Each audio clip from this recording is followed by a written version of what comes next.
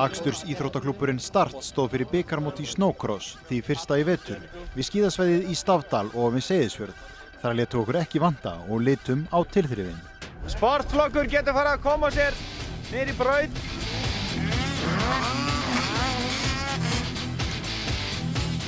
Þetta verður ljómandi skemmtileg keppni. Það er, eins og við sjáum, mjög gott veður á okkur. Brautin er pínu hörð, en hins vegar er hún ótrúlega skemmtileg, sko. Menn verður bara að keyra varlega og sjá hvernig þetta fer. Það eru í rauninni 4 flokkar sem hefur verið að stíla inn á núna. En í dag verður keyrt í 3 flokkum. Það er það sem við köllum Sport og svo Pro og Pro Open. Ég held að þetta endi í 20 keppendum í dag.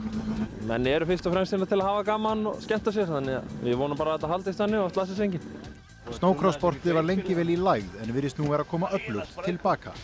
Akureyringar riðu á vaði 2017 með einu móti og þátttakan þar var bara það góð að við sáum að það væri grundvöllur fyrir að reyna að starta þessu aftur. Og þessi 2 móti fyrra voru kannski svo litið tilraun til þess að endurvekja þetta, en ég held að við séum bara komin yfir það. Við erum búin að endurvekja snowcrossið. Þetta er bara eitthvað sem ég hef alltaf haft í mér, alltaf haft áhuga á þessu, ógeðslega gaman að þessu. Skemmtilegur félagsskapur.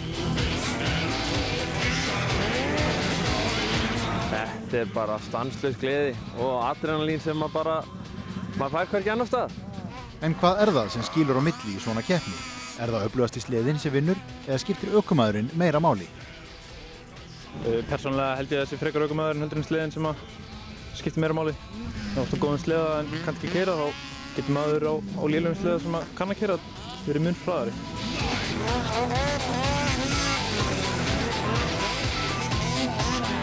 Það er bara eins og í öðru motorsporti að það aflið skilar ekki alltaf öllu og getur jafnvel bara unnið gegn.